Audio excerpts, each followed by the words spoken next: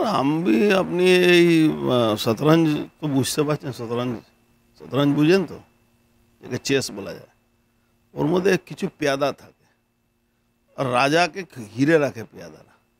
তো এটা একটা পেয়াদা, একে যেটা মমতা ব্যানার্জি বলেছেন সেটা বলছে। মমতা ব্যানার্জি 100% মুসলিম ভোটটাকে ধরে রাখার চেষ্টা করছেন থ্রু ববি হাকিম আর আপনার সিদ্দিকুল্লাহ চৌধুরী।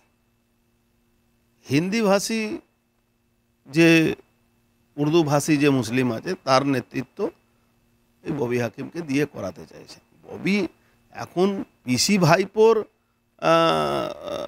মধ্যে যে লোক বুঝে কি যেটা বিভেদ আছে, ওসব বিভেদ ফিভেদ কিছু নেই।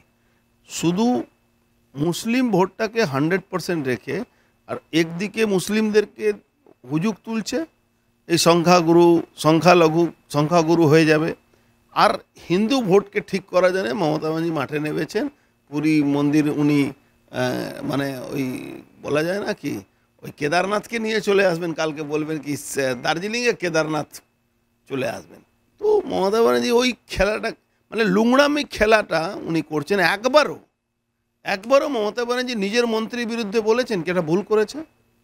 আজকে বাধ্য হয়ে চাপে পড়ে অল ইন্ডিয়া তৃণমূল কংগ্রেস একটা টুইট করে বলছে এটা আমাদের আইডিওলজির সঙ্গে মিল খায় না।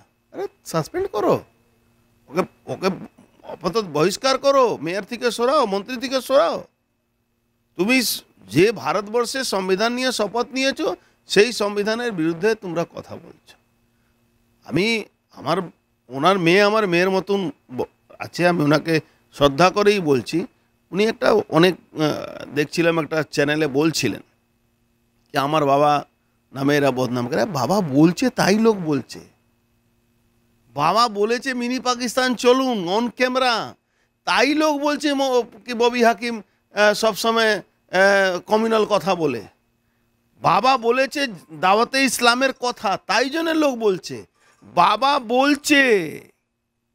বলছে কি সংখ্যাগুরু হলে আমরা খুশি হব, ভারতবর্ষে আমরা আগামী দিন দখল করব। তো বাবা বলছে আর মেয়ে তাকে ডিফেন্ড করছে। আমার মেয়ের মতন আমার ওর জবাব দেওয়া উচিত না, তাও এটা কেউ এই কথাটা বলছে না, তাই জন্যে আমি বলছি। কিন্তু তৃণমূলের মধ্যে দুজন আবার অন্য কথা বলছেন। তো এইটা সব আছে, এসব দেখতেই হবে, শুনতে হবে।